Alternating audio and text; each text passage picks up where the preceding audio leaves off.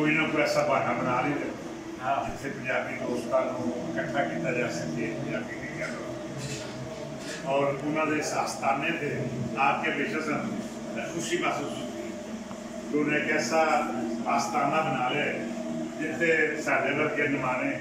अपन हाजत लैके आ जाते हैं और पूरियां भी हो जाती हैं माशाअल्लाह। मैं बहुत मशहूर हूँ अज की तकरीब जी यकीन पंजाबी विरास से पंजाबी की बुनियादी हकों के वास्ते वो अहम सूर रखती अहम जगह रखती है और असी जो पंजाबी में जुड़े लोग हैं साडा ते पंजाबी मुतालबा ही ये कि पंजाबी जबान को हक दिता जाए पंजाबी जबान वो मुकाम दबे जो जिदा इस्तेकाक रखती और नवी नस्ल तक पंजाबी पहुँचाई जाए। मैं समझना कि इससे साढ़े आगुओं का किरदार बहुत ही खुशायद है जो हर घर हर पिंड हर शहर बिलखसूस रियाज कुमार साहब इस मामले काबिल तकलीफ और काबिल फख्र में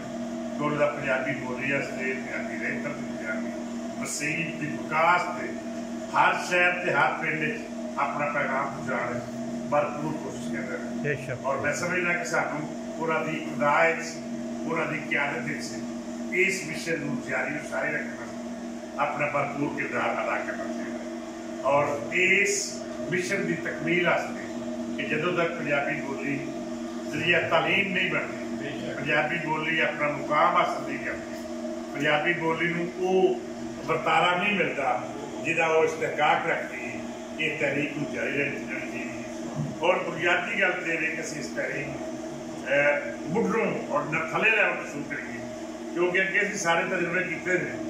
लेकिन उत्तों पंजाबी नाफजूदी नजर नहीं आती सानू चाहिए है कि असी अपने बुनियादी मुकाम तो इसका आगाज करिए इस तहरीक का अपने पिंडा तो थावां तो ग्रामां तो और अपने आवामी नुमाइंदियां अपने दोस्तों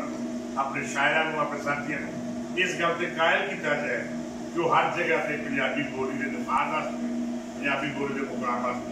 आवाज़ चुकन ताकि असी पंजाबी बोली को जरिए अपनी तालीम बनाना वो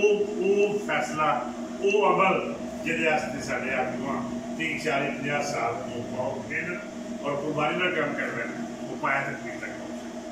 मैं मियां जफर साहब को एक बार फिर मुबारकबाद पेश करूँगा कि उन्होंने बड़ी खूबसूरत प्राप्त